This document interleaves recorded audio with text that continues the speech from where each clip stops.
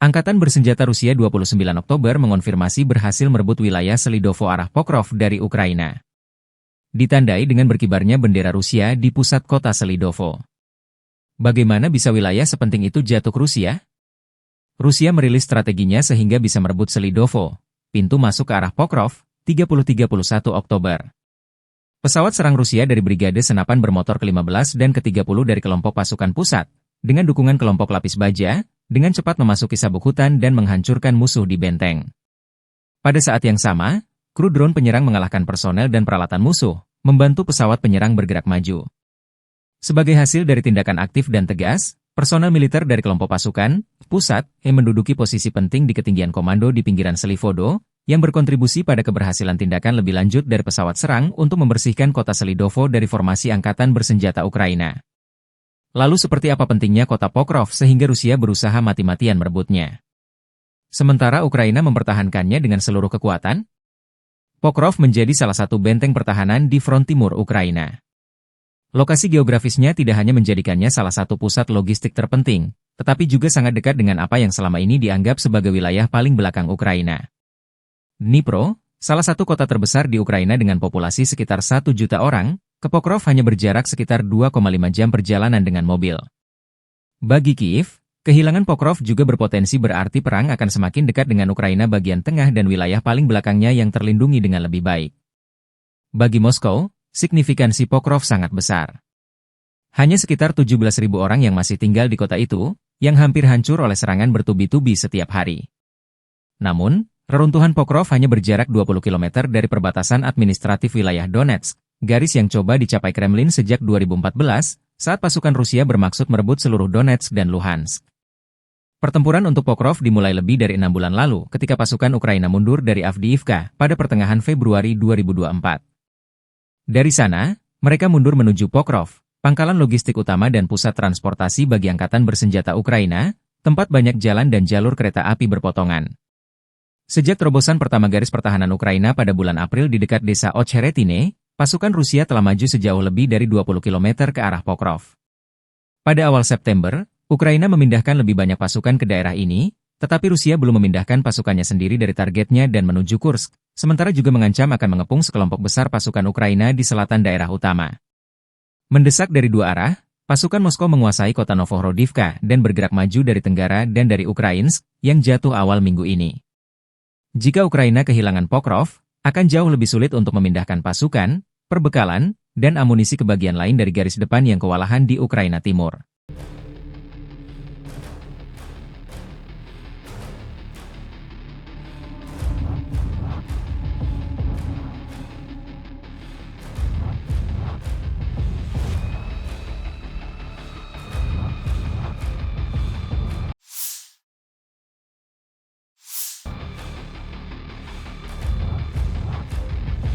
Presiden Ukraina Volodymyr Zelensky mengatakan Barat harus mengakui Rusia telah menang di Georgia dan akan melakukan hal yang sama di Moldova kecuali retorika Barat yang menentang pelanggaran batas merah Moskow dihentikan. Pemilu parlemen Georgia pada hari Sabtu dinodai oleh laporan pelanggaran pemilu.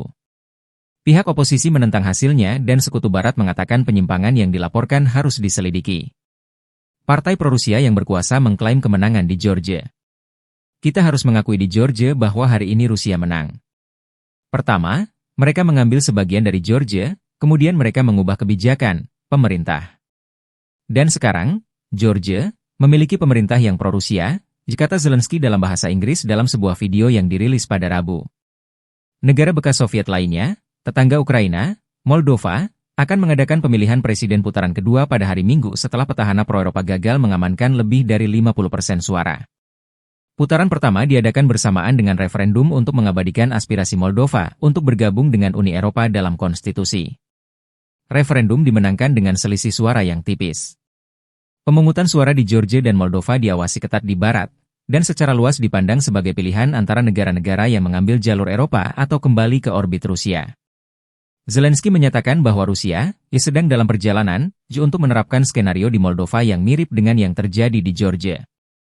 Dan mereka akan melakukannya, jika tentu saja Barat tidak menghentikan dialog, melawan pelanggaran batas merah.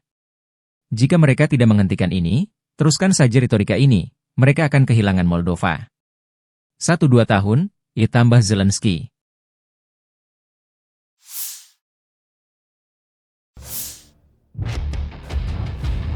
Selama operasi tempur, personel militer sistem rudal pertahanan udara, THOR M1, dari kelompok pasukan, pusat, Rusia memberikan perlindungan udara untuk posisi unit darat dari UAV pengintai musuh di arah Krasnoarmeysk.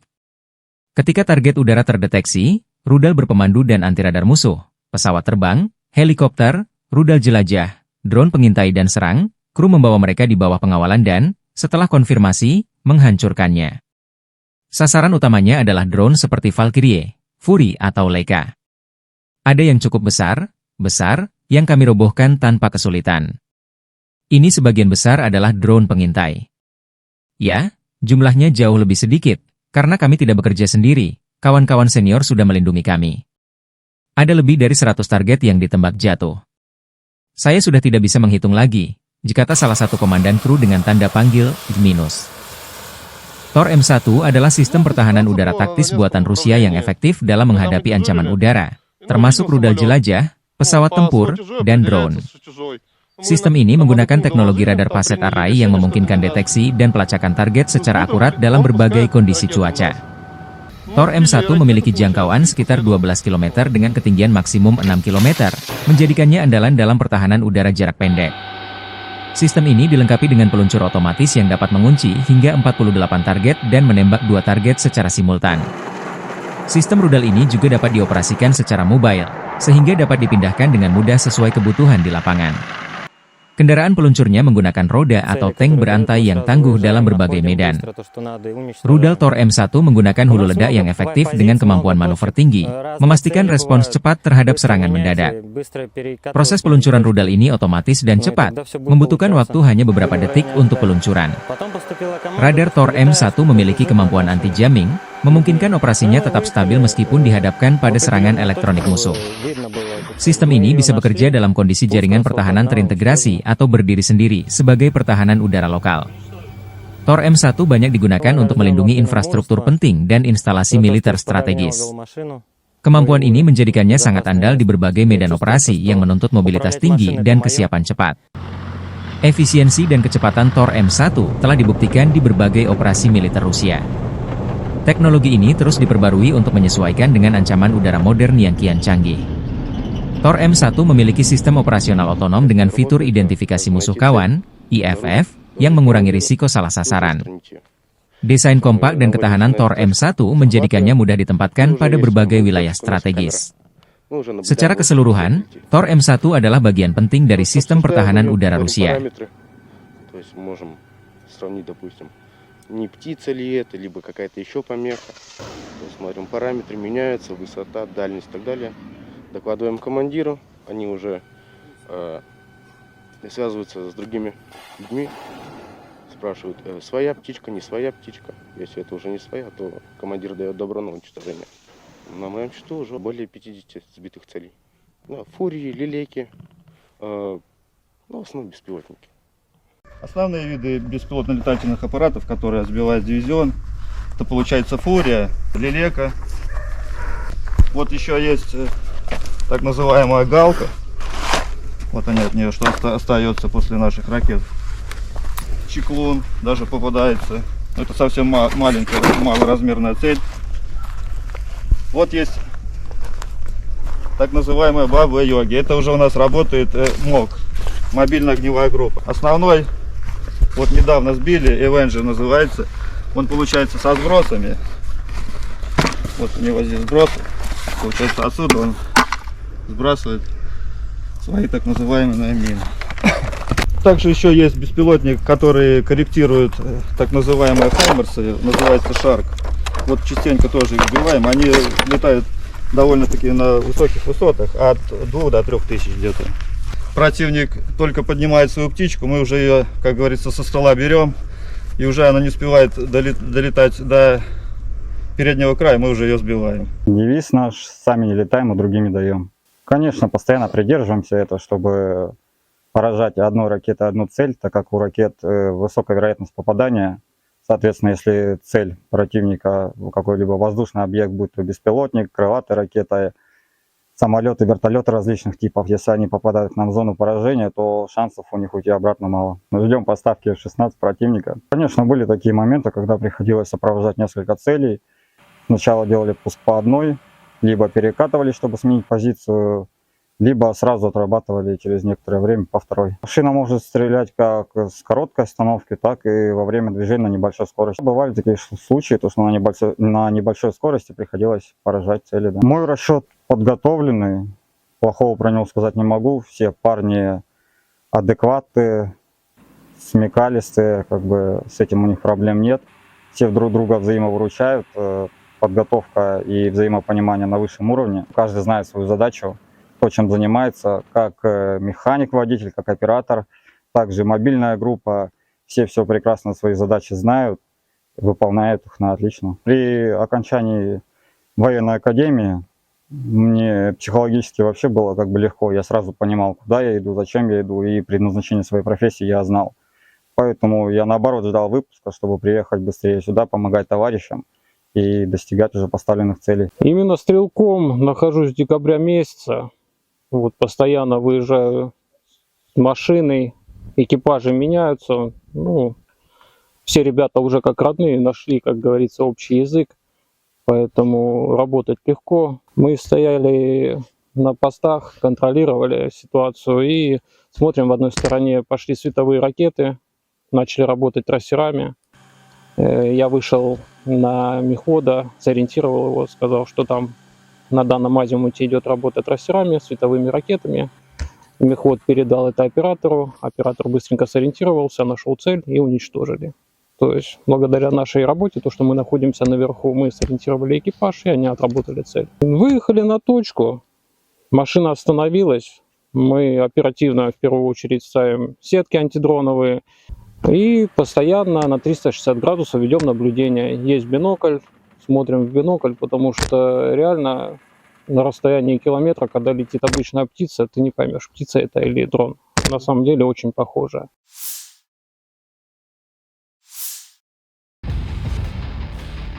Brigade ke-114 Rusia mengibarkan bendera di atas Kurahovka setelah membersihkan area dari tentara Ukraina.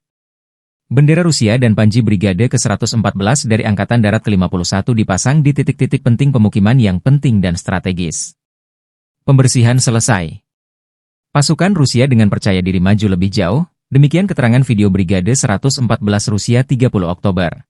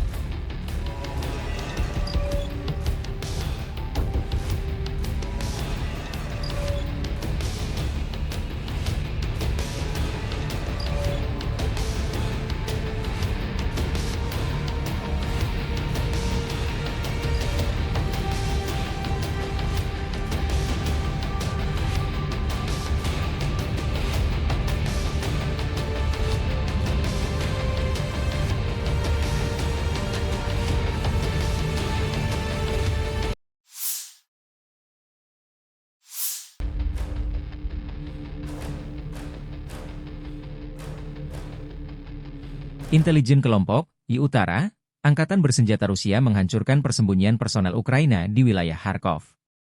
Video dirilis 1 November. Rekaman terlihat proses mengidentifikasi dan menghancurkan awak UAV Angkatan Bersenjata Ukraina di wilayah Kharkov. Selama pengintaian udara, drone pengintai Rusia merekam truk pickup dengan awak UAV Angkatan Bersenjata Ukraina ditemukan. Pengintai mengikuti kemajuan kru ke lokasi peluncuran dan baru kemudian menutupi semua titik musuh dengan serangan drone FPV. Hampir tidak ada yang tersisa, demikian keterangan videonya.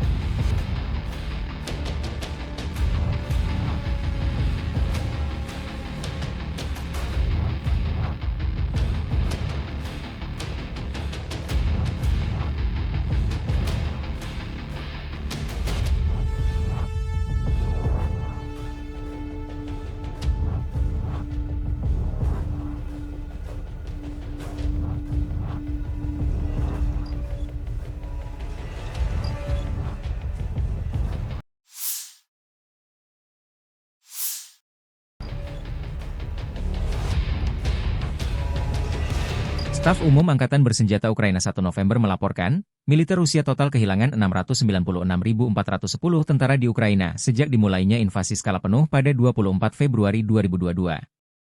Jumlah ini termasuk 1.460 korban yang diderita pasukan Rusia hanya dalam sehari terakhir.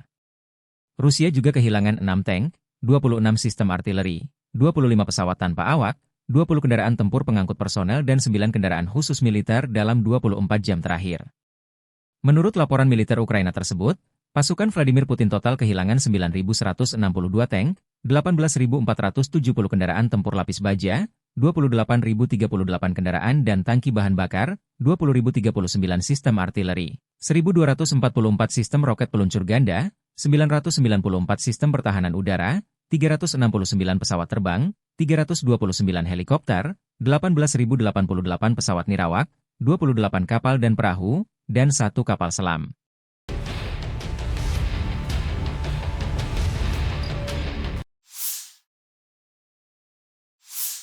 Подразделениями группировки войск «Север» на Харьковском направлении нанесено поражение формированием 57-й мотопехотной бригады и 112-й бригады территориальной обороны в районах Волчанска и Охримовки. Потери вооруженных сил Украины составили до 55 военнослужащих, 2 автомобиля и 2 122-мм гаубицы Д-30. Подразделения группировки «Запад» улучшили тактическое положение, нанесли поражение живой силе и технике 14-й, 30-й, 116-й механизированных бригад ВСУ в районах населенных пунктов Купянск, Петропавловка и Голубовка. Отражены 6 контратак штурмовых групп 28-й и 44-й механизированных бригад ВСУ.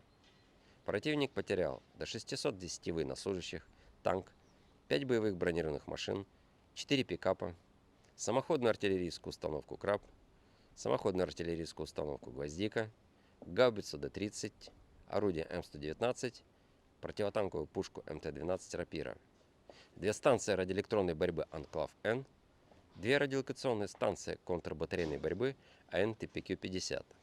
Уничтожены 3 полевых склада боеприпасов.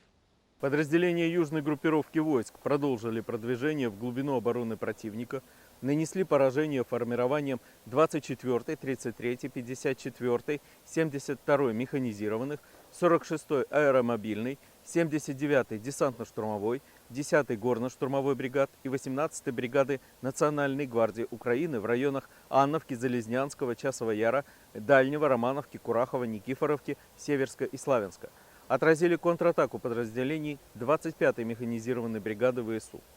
Потери противника составили до 810 военнослужащих, танк, боевая машина пехоты, боевая бронированная машина «Казак», 9 автомобилей, 155 мм гаубица М777, 152 мм орудия Д-20, 2 122 мм гаубицы Д-30, 2 105 мм орудия М119, тактический радиолокационный комплекс АМХР, станция радиоэлектронной борьбы «Анклав-Н» и 3 склада боеприпасов. Оперативно-тактической авиацией, ударными беспилотными летательными аппаратами, ракетными войсками и артиллерией группировок войск Вооруженных сил Российской Федерации Нанесено поражение инфраструктуре военных аэродромов, складам боеприпасов и горюче-смазочных материалов, а также скоплениям живой силы и военной техники противника в 135 районах. Средствами противовоздушной обороны сбиты 11 реактивных снарядов «Химарс», 2 управляемые авиационные бомбы «Хаммер» и 95 беспилотных летательных аппаратов самолетного типа. Подразделения группировки войск «Центр» заняли более выгодные рубежи. Нанесли поражение живой силе и технике 59-й мотопехотной, 93-й, 100-й, 151-й механизированных, 25-й воздушно-десантной бригад, 35-й бригады морской пехоты, 119-й бригады территориальной обороны ВСУ в районах Воздвиженки, Дзержинска, Кураховки, Зари, Красного и Димитрова. Отражены 11 контратак формирования 93-й механизированной бригады ВСУ и 15-й бригады Национальной гвардии Украины. Противник потерял до 565 военнослужащих, 5 боевых бронированных машин, 2 автомобиля, 152 мм гаубицу 2,65 МСТБ, 3 152 мм орудия Д-20 и 2 122 мм гаубицы Д-30. Подразделения группировки войск «Восток» в результате активных и решительных действий освободили населенный пункт Ясная Поляна. Нанесли поражение формированием 58-й мотопехотной, 152-й егерской бригад ВСУ в районах Великой Новоселки и Раздольного. Отразили контратаку подразделений 37-й бригады морской пехоты. Потери противника составили до 100 военнослужащих, 2 боевые бронированные машины, 6 автомобилей, 155 миллиметровая самоходная артиллерийская установка «Цезарь». Подразделениями группировки войск Днепр нанесено поражение живой силе и технике 110-й механизированной бригады, 121-й, 124-й и 126-й бригад территориальной обороны ВСУ в районах Белозерки, Казацкого, Херсона и Токаревки.